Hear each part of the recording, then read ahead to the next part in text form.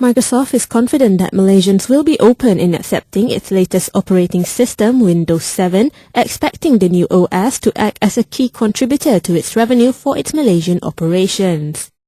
Its Chief Marketing and Operation Officer for Malaysia, Yasir Yusof, says that on a global basis, 50% of enterprises have expressed their eagerness to upgrade to Windows 7 by 2010, expecting local sentiment to be in line with that figure. Malaysia, the sentiment is pretty much in line with that. In fact, I would think in some sectors it is even more positive.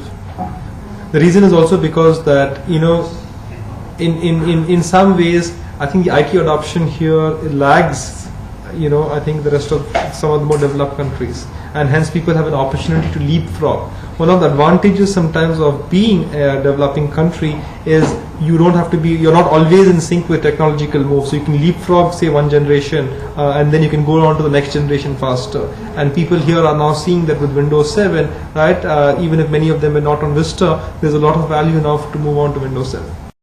AirAsia and Western Digital are among the early companies in Malaysia to adopt the new software. Speaking to reporters after a media briefing on Microsoft's innovation agenda, Yasir says 3 new software launches will happen in the country before year-end, which are Windows 7, Microsoft Exchange Server 2010, and Windows Server 2008 R2. Microsoft has an estimated 95% market share of the desktop operating system market in Malaysia, while Microsoft Office commands 92% of the overall Office productivity suite. Windows Server, meanwhile, is estimated to command 85% of the Malaysian software server market. Microsoft on a global basis has invested $9.5 billion or 33 billion ringgit on research and development R&D for its financial year ended June 30th.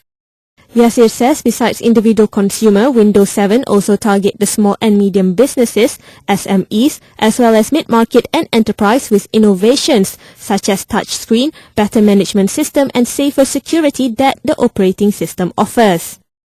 Microsoft has always been a horizontal company, which means we offer our products and services to all verticals and all industries. So unlike others, we don't say we focus only on financial or we don't focus only on government. That being said, we still believe, from what we see in the marketplace, right, in terms of, I think FSI, financial services, insurance, that the whole FSI category is still one of our biggest segments. Manufacturing is also another key contributor. The communications sector is another key important one. Government remains big as well. So those are the key sort of verticals that we focus on. FSI, manufacturing, government, and the communication sector. One of the fastest one for us is the small and medium business. That's where there is the IT adoption and penetration is much lower, and where we see a lot of value for us to be able to get people to see the value of having an IT infrastructure, to be able to become more productive and really be able to in some ways compete on an equal footing with a larger enterprise. That is the value of IT at the end of the day. As on the company's prospects for its next financial year, Yasir says Microsoft remains cautiously optimistic, hoping the IT industry has already hit bottom, expecting it to stabilize after experiencing a dire performance last year. According to Yasir, the optimism stems from Microsoft's commitment to technological innovation in helping its customers realize greater cost saving and operational efficiencies. Windows 7 will be available around the world from October this year.